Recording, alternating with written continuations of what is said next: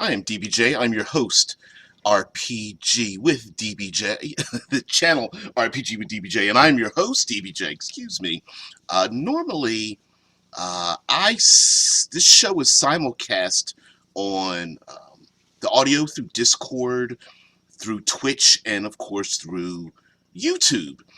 Unfortunately, the Discord channel is having some issues, so I will be um, just broadcasting through YouTube and Twitch at this very moment. Hey, yeah, he's alive. I was having some trouble. I believe it was just Discord, and for some reason at exactly 6 a.m. I was allowed to get online. There was some issues, so rebooted the computer, thought it was my end. I think there's something else going on. All right, so getting back to a theme, and this was brought up with some other things as well. Um, yeah, Plura's like, I'm glad it's not me. I thought I was going mad. Me too. I. It makes me wonder when the internet is going to become self-aware. When every time I seem to get online and literally change not a single thing, something different happens each time, and it's really bizarre. So this week's theme, we're going back to, it's kind of a combination because we're going back to um, the idea of going through each creature type through the current 5th edition of Dungeons and Dragons and talk about those creatures. But we're going to expand it out a little bit because if you can see next to the heading next to where I'm broadcasting from, it's giants, titans, kaiju, and that word is actually mecha. Covering up the A, but you kind of get the point. Mechanisms or whatever the case may be. And what we really want to talk about this week, we're going to disassemble and deep dive and talk about giants and giant-sized creatures. This will probably flow into monstrosities as well, but we'll bring them up later on when, if we ever get back to doing an every other weekly theme of each type of creature. But I thought we would talk about giants and giants as a culture, as creations in various role-playing games, how they can fit into games that necessarily do not have them in there, and maybe even dissect some of the gaming mechanics involved in massively divergent sized things from the player characters, right? And then even how to maybe even create a world or how to run a game in which the player characters are like extremely tall or small, like Gulliver's Travel kind of idea, or the opposite, Honey, I Shrunk the Kids kind of thing. So, but today is Monday. So Monday is Monster Monday. So we're going to go into giants. Now, although giants are part of, come on, kitty. Although giants are very much a part of the mythology and such. I mean, when you start talking about ogres, cyclops, titans, um, Jotun from more of a Viking culture. There are giants in other cultures, such as maybe Oni and whatnot. But a lot of that mythology has been formulated into Dungeons and Dragons. And so while the giants in Dungeons and Dragons do not exactly replicate some of the giants in our own mythology, they have created literally their own mythology and their own background themselves, with each of the giant classes being associated with either some kind of elemental force and or behavior. And not to either disseminate the same information you're going to get from Dungeons and Dragons, but just to talk about I'll talk about giants in general, how they've been used in pop culture, and maybe some things that we kind of overlook when using giants, and maybe we can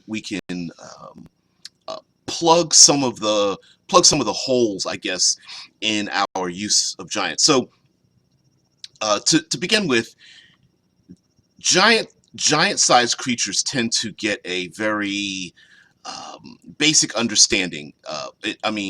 Have a base descriptor in a lot of worlds. Not very smart. Usually they are low in number, maybe even singular, and tend not to have very high aspirations for themselves. Um, Oftentimes being regulated into basically into the ogre class types of giants, no matter their size. A lot of times they tend to be brutish. I just want to, steal a cow, grab some beer, and knock some heads over with a tree trunk with the branches ripped off of it. But I think we can go far more deeper with it. Now in Dungeons and Dragons, of course, we have hill giants, and there are different classes: hill giants, frost giants, fire giants, cloud, storm, and stone. And of course, depending on tertiary books and such, you're going to get other types of giant classes. There's also the two-headed giant, the Etten. There is the one-eyed giant, the Cyclops, and so on and so forth. And in Dungeons and Dragons, they have different types of cultures associated with them. Now, for our purposes, if we're going to use them in a game, yeah, Pelora says, I think people are scared of big and clever. Big and stupid is easier to deal with. And I agree with it. I absolutely agree with that assessment. I think maybe it causes some issues if they're big and clever. So, for example, in, let's say, Game of Thrones, George R.R. Martin included giants in that world, and they were. It seemed as if they had never advanced past the Stone Age, and I think for good reason. Also, in that world, I guess magic kind of fades away and then returns, kind of, and as well as the fact that there seems to be this issue for um, extending their culture, not really having an extended culture, and things of that nature. Now, Deadman says, see Elder Scrolls 5 Skyrim for additional material for giants. Now, one of the things I find with giants is the same. Okay, I'm going to make a comparison here, and I just want you to follow me on this. Sometimes in role-playing games, you'll have people either laugh ridiculously or complain eternally about the idea of halflings or very short character racial types fighting alongside their human counterparts, and that they're very small, half-sized halflings, gnomes, dwarves don't or wouldn't have the same capabilities as their human counterparts, although they exist in the same world, and the humans have cultures and they live everywhere and they build things. And how can a halfling have the same strength as my character or more hit points than my character, etc., etc. Then you have the the comedy relief, right? Hey, if you're going to play a halfling or gnome, you're probably most likely going to be the one. You're either going to be the butt of jokes, or you're playing that racial type because you want to make jokes. But you'll notice that the halflings and somewhat the gnomes don't seem to have their own cultural identity. Things tend to not be built for their size.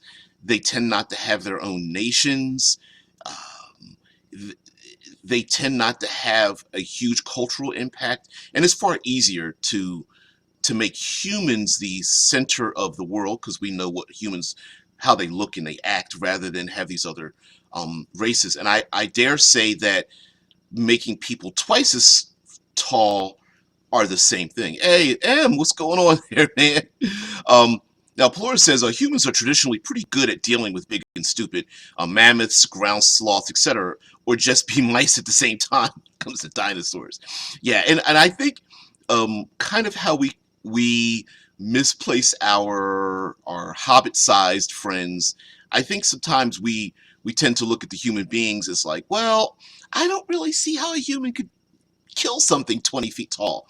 And like Pelora brings up, mammoths and ground sloths and hunting whales and big, massive creatures, elephants and things. Human beings are pretty ingenious about hunting very large creatures, even if not done in a traditional sense. So narratively, I could imagine that the techniques to take down a giant, um, while a PC might be making a single like attack roll, I could see narratively things are being done differently.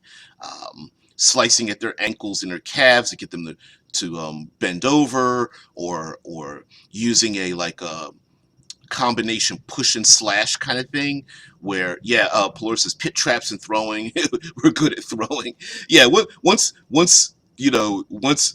um, Cro-Magnon or Neanderthal was like, you know, if I throw this thing, I could probably hurt them without it hurting me. Uh, Idea was probably out there.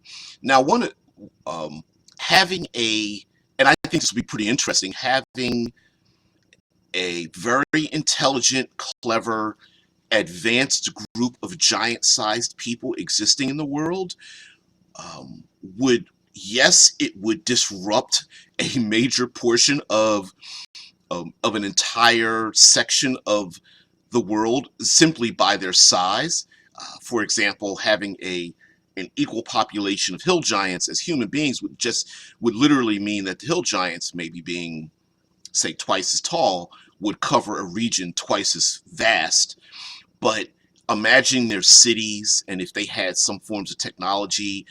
When I say technology, I'm talking like sailing craft or balloons or roads or mounts or anything like that, that I think that would be pretty incredible for the humans to encounter when they come into a city where steps, leading up, steps and ladders and beds and silverware and and clothing doesn't match their size. It's all twice as large, and maybe there's only a small subsection of a city that has what they would consider, dollhouse sized items for outsiders to join them in political discussions or something like that. While that would be very bizarre and rather difficult to think about, I think that'd be a great setting. And again, thanks for joining in, Mike. I didn't realize you'd be up, or anyone would be up this morning on what in the States is a holiday. But thank you, Veterans Day here in the States.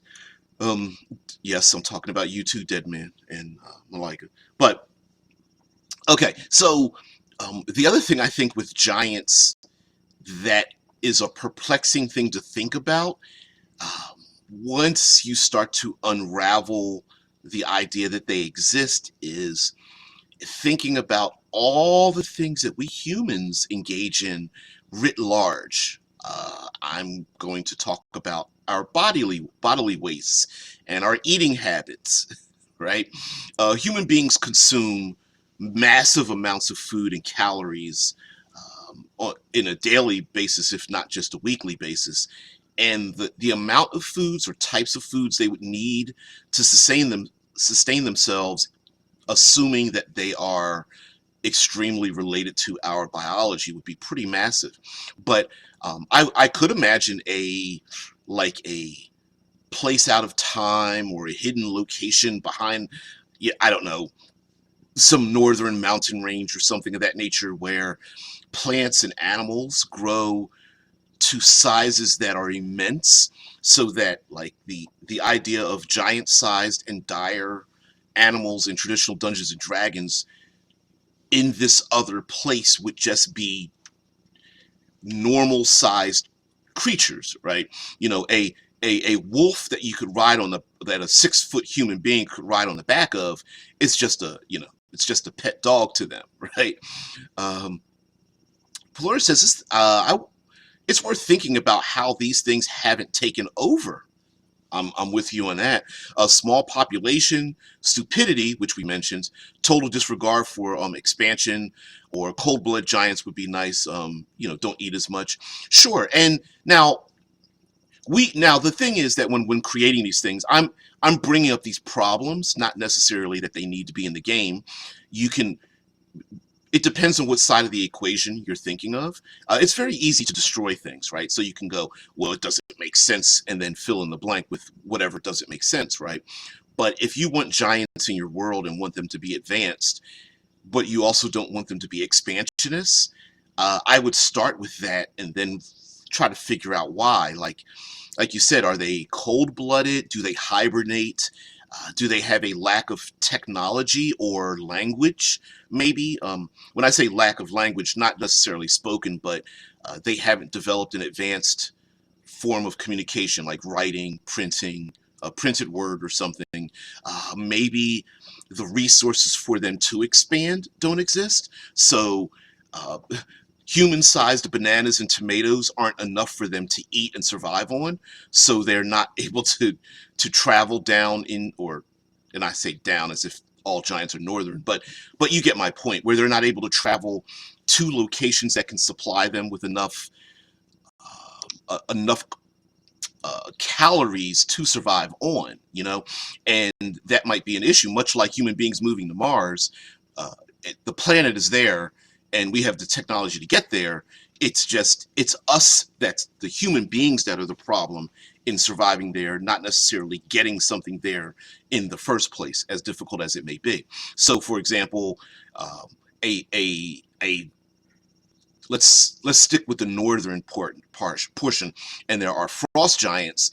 It could be maybe they're hypersensitive to temperature changes.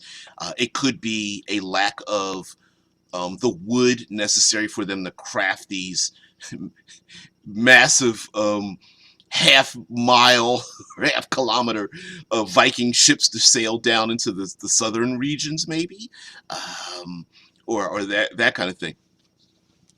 Joe's Keenan, hey, what are you? He goes, num num num, give me food village and I will protect you, which is true. Now, extortion, if they have some intelligence, extortion is a great way for them to survive, especially if the nutrients and other supplies they need don't exist. Hey, feed us, build our things, take care of us, and we won't, and we will quote unquote protect you. Which might be if we when we get into World Building Wednesday, that might be pretty interesting to have these little enclaves of human beings that are protected by giants, and protection could be a very just and good thing, or that protection might be mob-wise, right? Like, yeah, do as I say for your own protection, right? Um, I'm offering you a deal you can't refuse, kind of thing. Now, Pelor says maybe they're like pandas, apparently incapable of being a viable species. you leave bad Pelora, bad. You leave the pandas alone. Um, they survive because of their cuteness. You fail to realize that they're not hunters, they're not gatherers, they're cute. And if it wasn't for the fact of us trying to force them together, yeah, that's a weird issue. But yes, breeding is a thing with giants. You could assume that they don't either. One would be that on a natural cycle, they do not breed very often and with very many children. Another one could be an external source, meaning like disease or uh, bodily function means that a lot of their offspring are not viable, and it requires a specificity for them to not only mate but to give birth to children and such. So yeah, yeah. M says, remember, all giants are not created equal. Yeah. He says, what is their culture, community, and lifestyle like? Yeah, remember, all giants are not created equal. Pelor's like, think of the mess. Ooh, yeah. That cleric with a heal spell might be needed to give for maybe it takes 6 humans to extract a baby out of a mom giving birth or something. That's assuming that they give birth in a biological manner that we're thinking of. But yes, it would be a mess, and kind of cool to think about, though, in a weird, nasty kind of way. And I think it'd be some great narrative things to pull on if you accept the fact that human beings, that they have a lot of the traits that human beings have. Like a giant with a head cold and a runny nose is like being hit with slime. You know, the kids' TV shows where the kids would sit in the chair and they would get hit by slime, like a Disney Channel kind of thing. Could you imagine a giant with a head cold and sneezes on a PC's head? Oh man, oh man.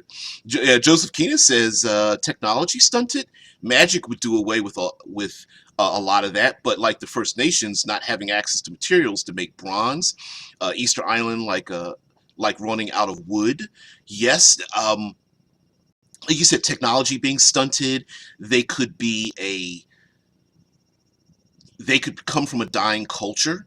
Um, I know you are a sci-fi fan, which we're going to hint on that too.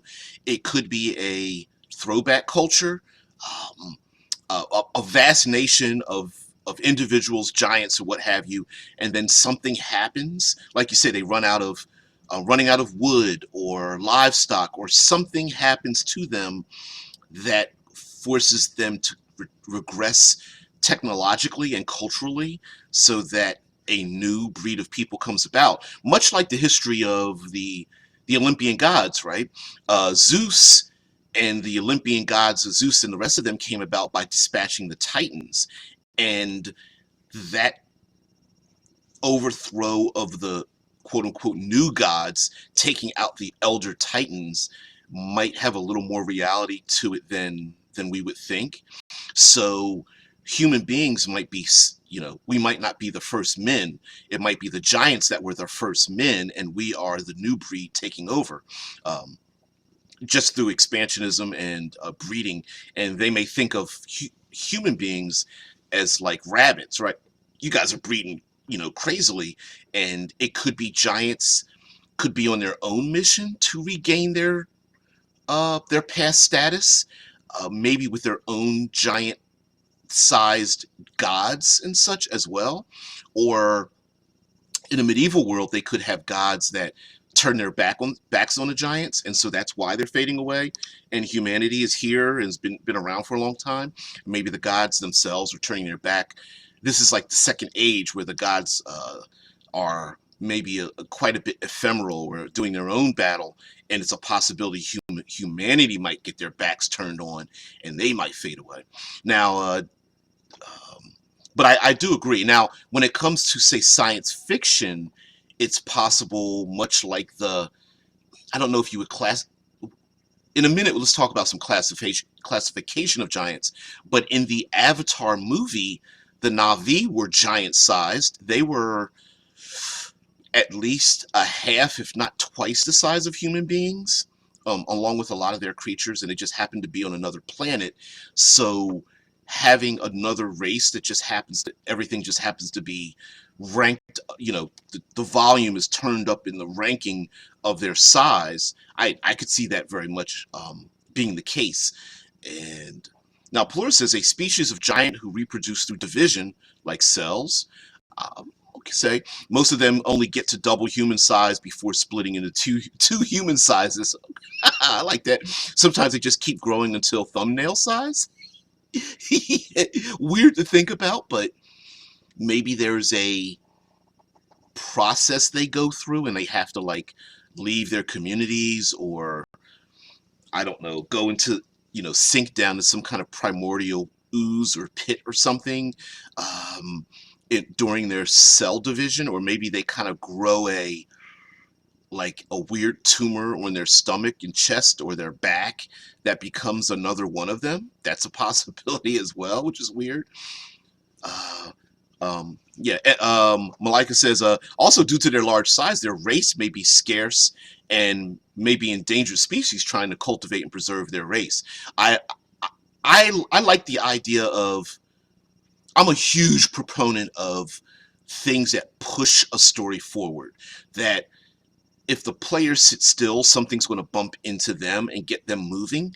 And I like the idea that the giants don't just exist, but they have their own internal motivations for what they're doing, whether it's not just stealing grog from the local humans and a couple of pigs, but it's more like they are expansionists themselves. They're trying to get back their culture. They're actually dungeon delvers in many ways, or the idea of having being dungeon delvers, where they're trying to expand themselves out and uncover, you know, old texts or something. It would be actually rather ironic if in a medieval world the giants themselves and maybe even the human beings came from a science fiction styled background, where the giants literally came from Earth. Like, the giants aren't giant size at all. They're just human beings. And then the adventurers in this world are actually the smaller race, if that makes sense. But it's, of course, it's all by perspective. Um, Joseph says, childbirth was the leading cause of death. Yeah, that could play at the that could play in their culture. Imagine low medical skills and birth being harder than humans. That is, I can imagine that being a real thing. And I'm not. This is a wrong comparison, but just follow me on this. Um, Turtles that come upon shore, that dig holes in the sand and deposit hundreds of eggs, knowing that when the eggs hatch, very many of them will be scooped up and eaten by birds and eaten by predators and such, so that only a few of them survive. And this may be the thing, right? That sure, they get pregnant, but between, say, like, let's get a little medical and slightly dirty here. The male counterparts have low sperm count, and the ladies, not only do they not get pregnant, but even when they do, that birth is harder, and their low birth rates and such might be in jeopardy, and that might be the cause for them to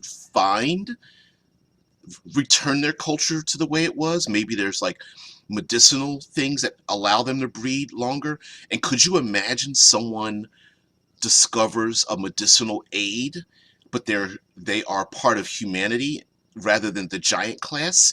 What would they go through to obtain that? What king or queen or council, what vast power would they have if they were able to get that alchemical or medicinal or apothecaric concoction to increase their numbers and such? I mean, they would be considered, they might even be not just a hero, but like some kind of, they might be raised into heroic or even divine status for doing something like that.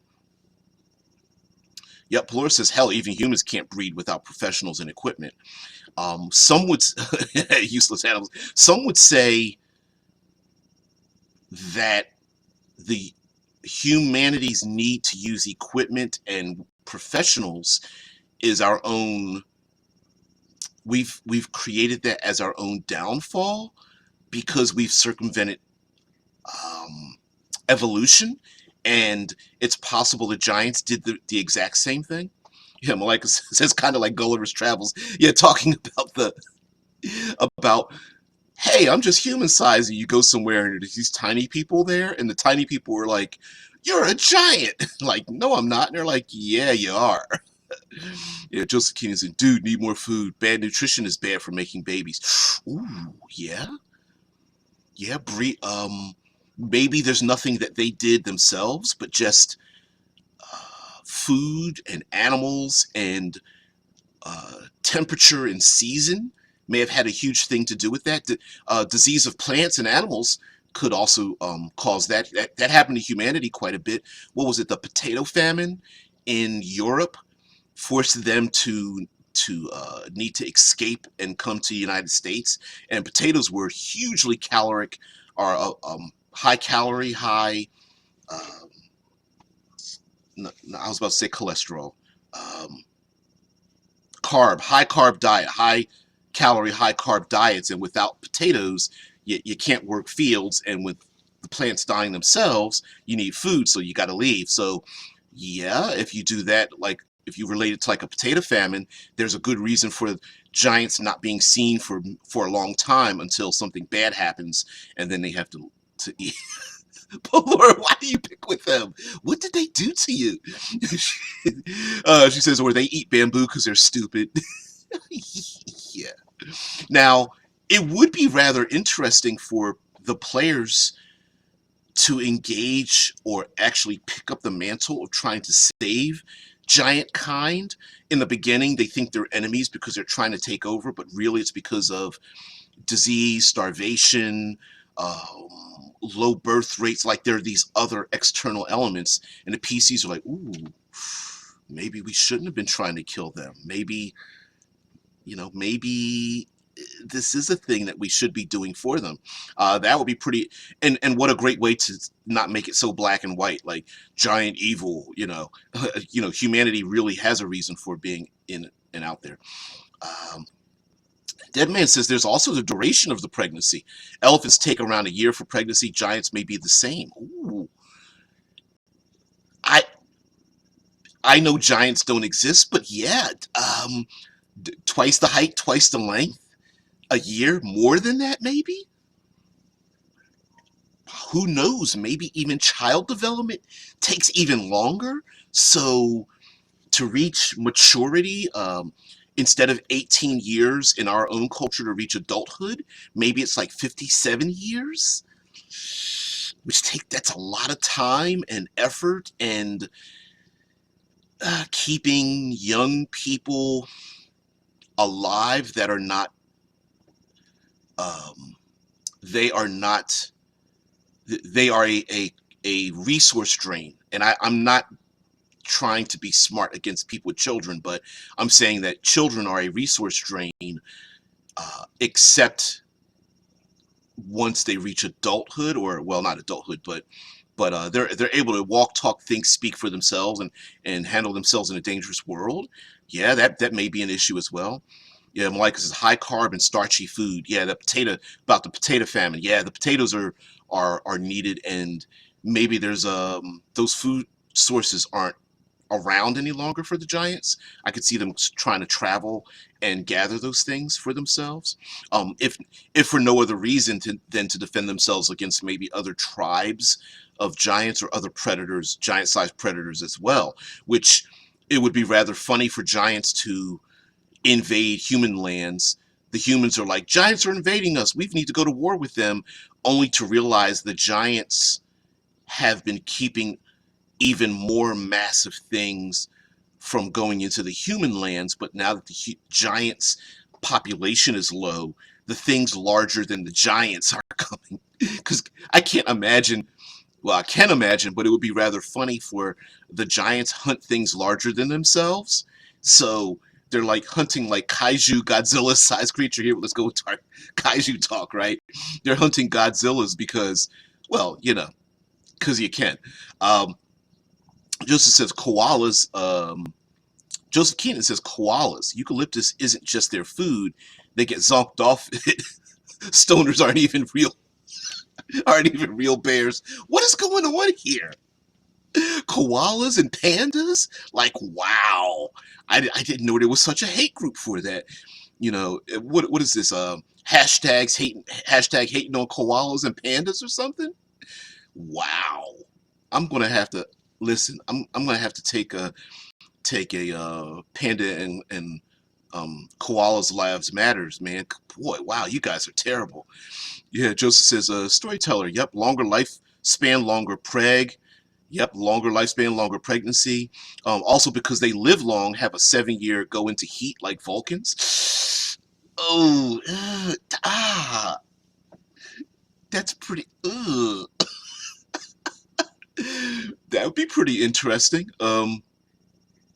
Yeah, Plura's like the giants are coming. Uh, the babies ate my dingo instead of the other way around. Oh wow, that's hilarious. It'd be pretty nasty to have a little baby like just snatch up someone's family pet and just bite the head off of it. You're like, you're not supposed to put those things in your mouth there, Susie. Oh man. Oh man. Yeah, the giants are coming. And then they're like, the giants are coming. Deadman says, a la the Predators movie had the giant predator. Yeah, that's right. It did have the predator and the giant class predator. So it doesn't necessarily need to be one class of giant. There could be giants and giants.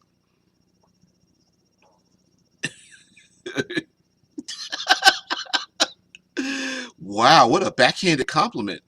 I like pandas. They're cute. They do get a disproportional amount of resources in comparison to other creatures, though, because they're useless. They're not useless. They're cute. Cuteness has a purpose in our world because of cuteness. Why do you think things that are born are cute? That's so we don't, throw them away. That's the whole point. Even other animals realize the cuteness, even if they don't have a word for it, because, you know, non-death, right? People don't go around saving roaches. They're important, but they're like save cockroaches because they're ugly. But if they're cute, yeah, they get a lot of attention. And yeah, don't. Every once in a while, the pandas are like, "Oh, we're not getting enough money. They're not getting enough attention. Let's roll over and do something cute." And then everyone goes, "Oh!" And then they they steal it from the ugly creatures, right? It has a lot to do with the downfall of our society when we have to move to another planet and take like the DNA of all the different types of creatures with us. All the cute ones are going first, right? You do realize that. Yeah, Joseph Keenan says giants have cats that knock over everything, chase people and horses, uses the quarry as uses the quarry as a litter box. Could you imagine? Could you imagine people being at home like they're just like sitting down to eat dinner, they're getting washed up, they're watching television or something, and this big ass cat's paw just like reaches in their house just to smack at stuff on the inside because, cats. And they're just the giant you hear a giant like 20, 25 miles away screaming out like, "Kitty! Kitty! Come here! Come here, Kitty! Come on!" And the cat is just like trying to rip the roof of the house off and reaching in for people just to grab somebody by the nape of their neck to drag them like 13 miles away to drop them at the foot of a giant and get a tummy rub. That'd be so hilarious. Oh my God. Oh, a litter box. Wow. Mm-mm-mm. Yeah, those giant pet dogs would be popping little steaming piles of soft serve everywhere. Um, Maybe even, I don't know, like a gelatinous cube or like a black pudding sized um, uh, dropping of feces that you could fall into. Excellent fodder for my third pillar Thursdays for the environment. Polar says apparently elephants think people are cute. Maybe giants don't kill people because they think they're cute. Ooh, yeah.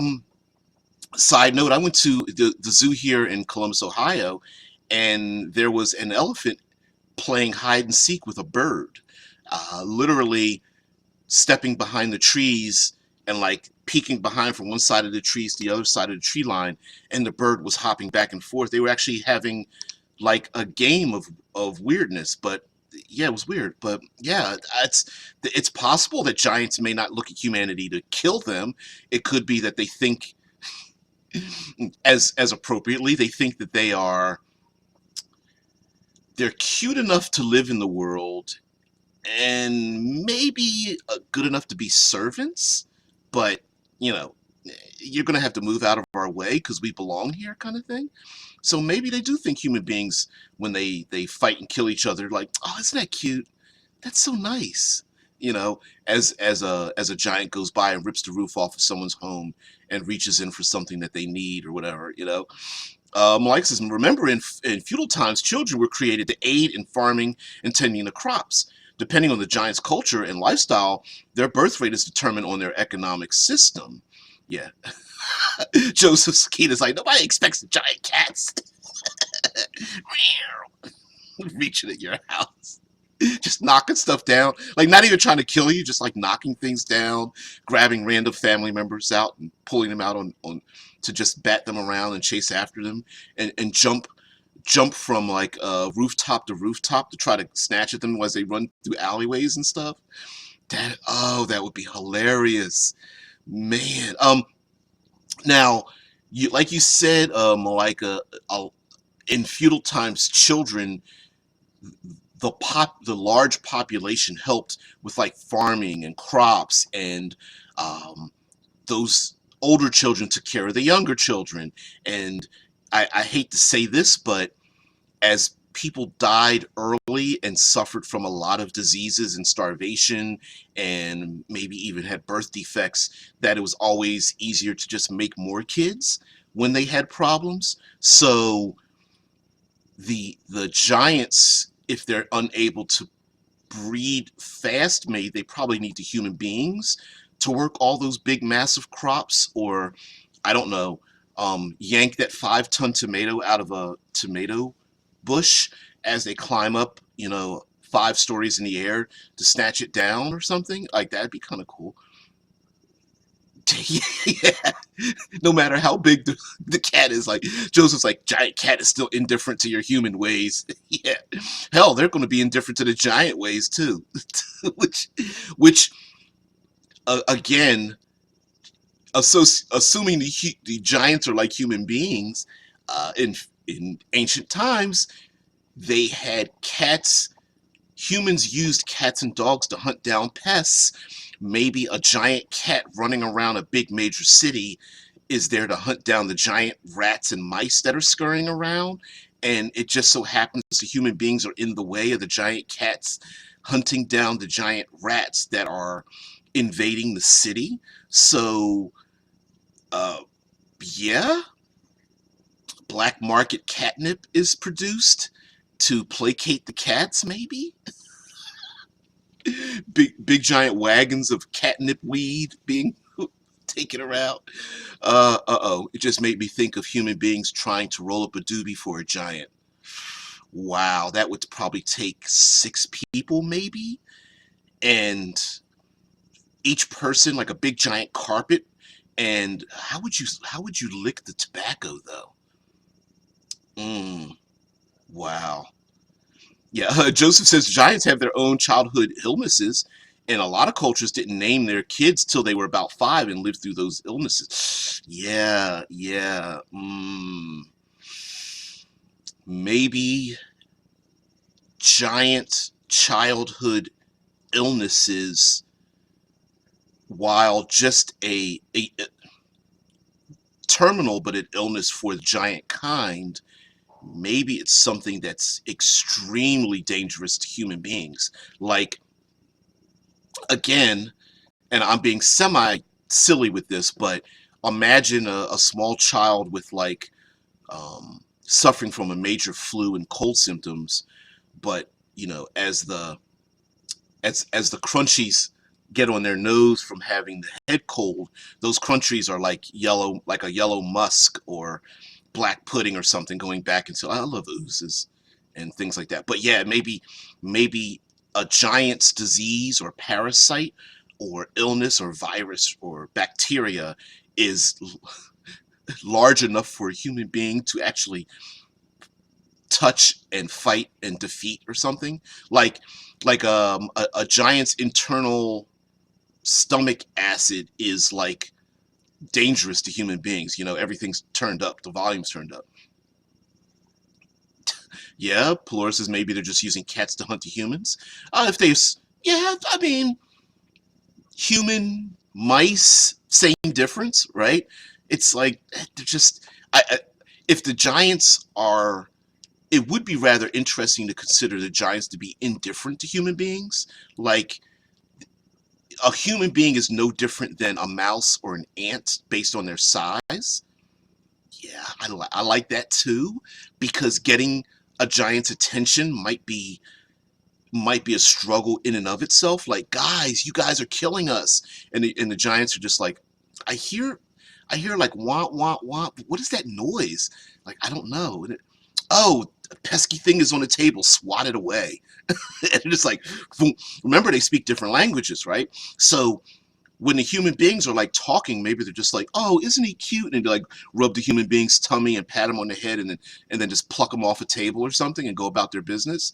Like that would be hella frustrating, but a rather cool thing to think about. Where it's not that the giants are even evil; they're just indifferent. They're like Dr. Manhattan, right? They're just like, what do humans have to give us except entertainment? Dance for me, human. Dance. Yeah. Joseph says the secondhand smoke from a giant's pot party got everyone in the town ripped. Yeah. The giant's got a roach clip and it's just like it lays it down and there's like this smoke just like just wafting through houses like the giant stumbles into town and like finds a random house to just sit on top of, smoking a doobie with their friends because they're just having a night out or something, having some fun, and the whole town is just ripped, and they're just like, man, I am hungry. That would, I love it. I love it so much. Oh wow, yeah. There's like black market rogues. The thieves guild like of the town. They're just like dealing with these 8 foot long. You can barely put the dubs in the wagons, and they're like trying to roll them up. You see like 6 people trying to lick it, like get dehydrated, trying to lick all the way down. Although they probably use a bucket and a mop to get the moisture there, and then roll it and then sit on top of it. Giant Twinkie. Well, if they made giant Twinkies and everybody is just high AF, then they're definitely going to be digging themselves and burning their bodies inside of Twinkies just to get the munchies off of themselves, right? I mean, listen, yeah, there's going to be at least a human, if not dozens, just embrace themselves after sucking all uh, um, the internals of the Twinkie and just burning themselves inside of it like a warm blanket. Like, oh, this feels so good. Mm. um, Joe goes on to say the sewage coming off a giant settlement upriver might be at peace, but the environmental impact. Yeah. When they flush a toilet, man, you better watch out. It's like it's tsunami season. It's like everybody get out the way. It's gonna blow. Giant sitting on the toilet after eating like a 5-ton like bad burrito and it's like, oh, my stomach. Anyway, pass the tube. I think tomorrow I'm gonna go cut the grass. But Pelora says new study finds humans laugh when you tickle them. Oh wow! It's screaming. The humans are frightened and screaming. Yeah, why not? You know, they don't they don't know their own strength. And if they don't even understand or even want to bother to understand the language, man, could you imagine? They're just like they're like playing with the humans like toys and throwing them into little cages and like and things like in pits and stuff because they think it's funny and they don't even realize like, oh, you're so funny, and they just throw them into the cage and they break someone's leg like, oh, I think I broke the toy, get me another one. Oh man, Dead Man says search YouTube for stoned and fill in a blank, stone fill in a blank, right? Like stone something like cat, puppy, bird, others. Oh no. Oh no. But that is true. Animals get drunk and stoned. Pretty funny though, but yeah, they do. Imagine drowning in a giant Twinkie. I would lose all respect for that person.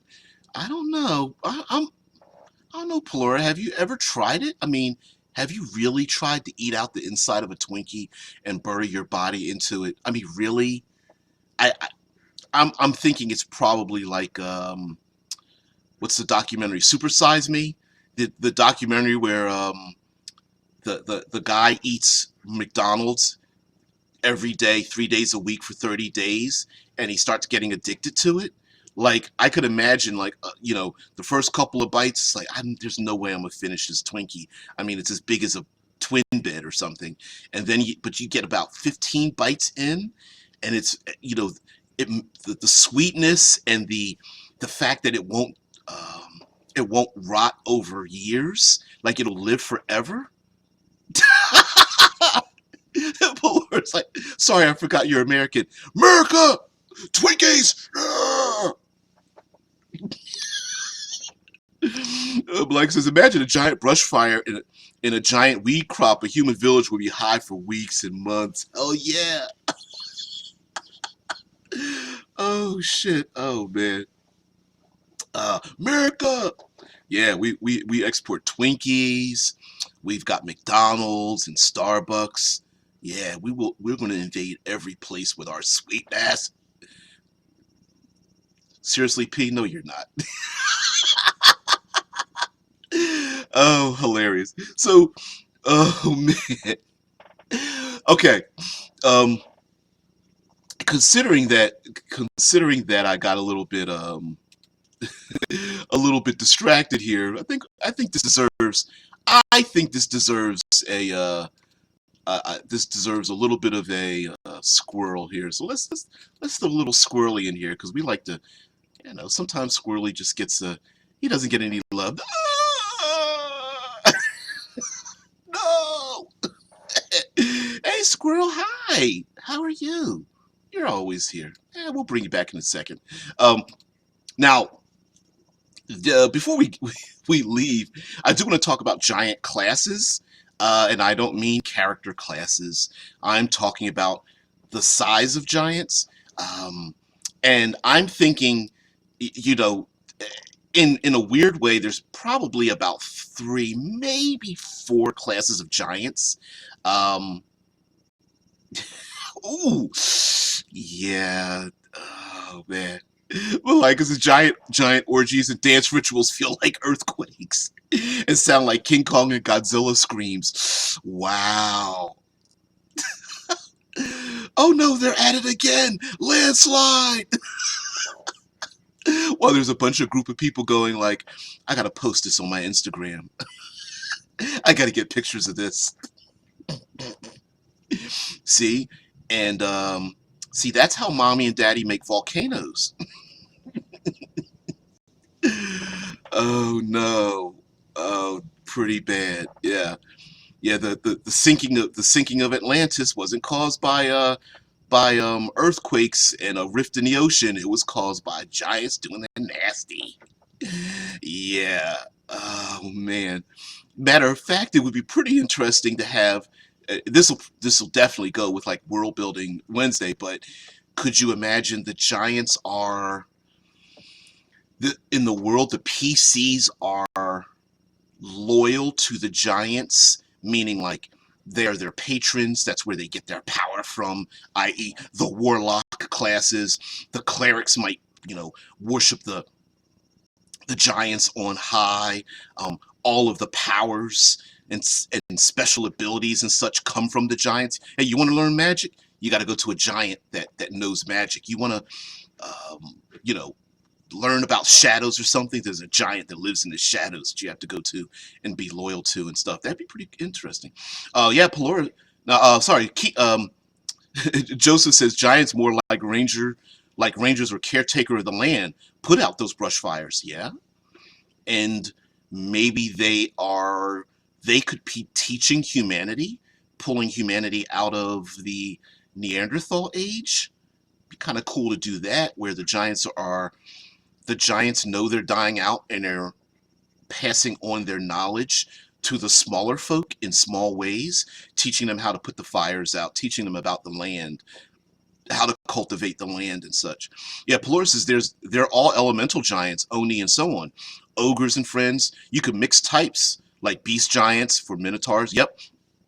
We don't have to stick with we don't have to stick with traditional giants, which tradition gaming tradition, right? Not mythology tradition where you have like frost giants and fire giants, but you could have giant sizes of all of the major elements and beings in your world.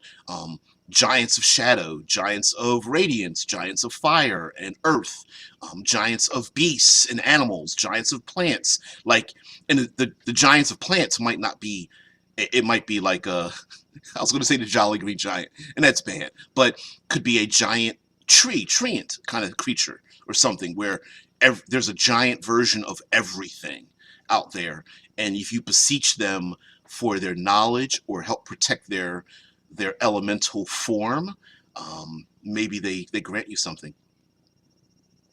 You know, Pelora says giant goes from like 3 meters, like 8 to 9 feet, all the way up to skyscraper size, and I think that's going to have a lot of issues on giant-sized classes, right? So there is the giant mushroom people. I like plant people. I don't know why they get bad. Myconids? I think they're called myconids. And there's also Vegapygmies as well. Those are the two that I remember from my old Grognardian days and playing D&D. Joseph Keenan says the Titans, the Titans meaning the literal giants, were the prelude to the Greek gods, if I remember right, demigod like time, dreams. Yes, they were. As a matter of fact, I believe it was like Kronos and not Tartarus, Uranus, Uranus. The Titans themselves actually had dominions over certain abilities, like you said, time, dreams, the larger scopes before they were deposed by Zeus and the other smaller Greek gods. And if I'm not mistaken, one of the Titans ate the Greek gods as children and then was forced with mustard seed to vomit them up in one of the mythological stories. But whatever the case may be, we have ourselves what I'm going to start out with realistic giants. And what I mean is the idea of human beings that are very tall, and how we as human beings associated those very tall people as giants, meaning like 6.5, 7 feet, heading towards 8 feet tall. And those people, Vikings, were considered to be giants. Essentially, Vikings, that's where frost giants came from, because of the people in Southern Europe considered them to be giants. Yep. Pelor says you could go all the way up and have human beings like skin mites on a giant. Yeah, I think so. For me, I think of ogres and hill giants as being like the most human associated giants, where at most they're twice as big.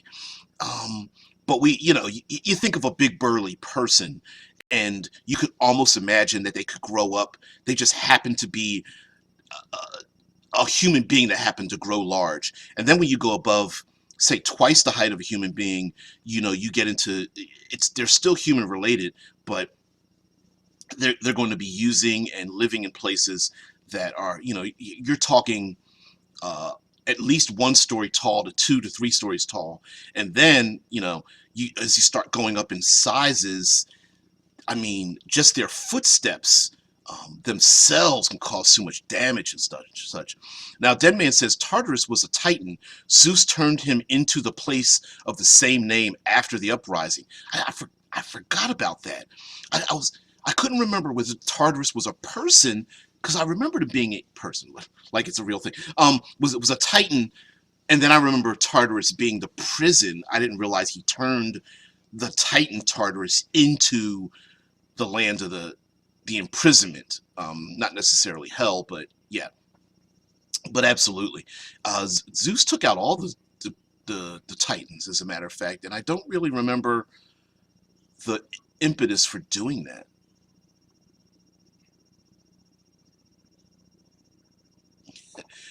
Joseph Keenan, do you want to know how I found you? Unemployed in Greenland? Huh? I think that deserves a squirrel right there. Yeah, Joseph Keenan says, yeah, the scale matters for giants. Jack and the Beanstalk versus the attack of the 50-foot woman. And for me, I think that's really, I'm going to end it with a squirrel. Yeah. Um, I think that would be very important as to how you want to associate your giants. I mean, if you take the idea of Zeus taking out the Titans, and we think of the Greek gods as being larger than life, then really Zeus and Hera and Athena and the rest of them are would having them appear as giant-sized humans to humanity makes perfect sense. And then to find out that they themselves took out the Titans and they were super huge, and who knows, the Titans may have taken out something that was super huge to them. Ah, yeah. Joseph Keenan says Princess Bride reference to to Andre the Giant. Yep. Now, we'll get into this tomorrow when it comes to gaming statistics, but you leave this. Wow, Pelor, seriously?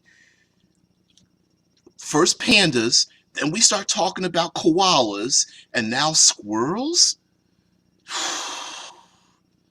I'm making a hashtag about this. This isn't right. You guys are so wrong. Squirrels' lives matter. Seriously. Look at him. He's just waiting to swallow a nut or two. Anyway, we can get to the gaming statistics of this because I myself, and I know you guys are thinking that when you start talking about kaiju size, right? You get to the 50-foot woman and above. When you start talking about, when they start walking, when Atlas starts carrying the world on his back, and you have giants whose single stride covers, kilometers or miles. Yeah. Yeah, all hail the highest critters on the planet, the squirrel.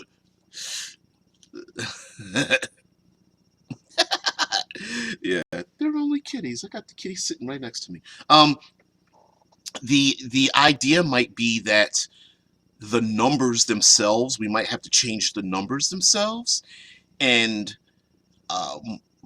much like Palladium games, we talked about this before about how Palladium games uses something called MDC versus SDC. SDC is structural damage capacity. That's like basically hit points. And then MDC was mega damage capacity, and MD yeah, RPG does nuts. I got your salty nuts right here. Right here. Fresh hot nuts. Hot and salty right here. Don't touch that squirrel's nuts. Anyway, yeah, after you put them in his mouth, you wouldn't want to touch them anyway. But the idea is that maybe in Palladium, every point of mega damage equaled 100 points of structural damage, and damage only went in one direction. So structural, which was basically like standard hit points, could never harm a mega damage creature or mega damage structure, like they had body armor that was mega damage. But a simple mega damage pistol, which like did 1d4 damage, did 100 to 400 points of damage per shot to a human being. And I think most standard Palladium games, you could maybe have a maximum of like 60 hit points if you really pushed it, maybe 80 or whatnot. So you could do the same thing in like Dungeons and Dragons or any game, right? Where you could rank up the sizes of the number size to account for the very large things themselves. Later on this week, we'll get into like using mechas and games and that use high technology and mecha systems. There's also the idea of using mecha in Dungeons and Dragons, like through like artificial beings and whatnot, but we'll get into that as well. Anyway, guys, we've passed the hour mark. Despite the fact that it is a holiday here, I really do want to get back, get some food in me, get some liquid. I was about to say liquid courage. Jesus, liquid nutrition inside of me. I've got almond milk.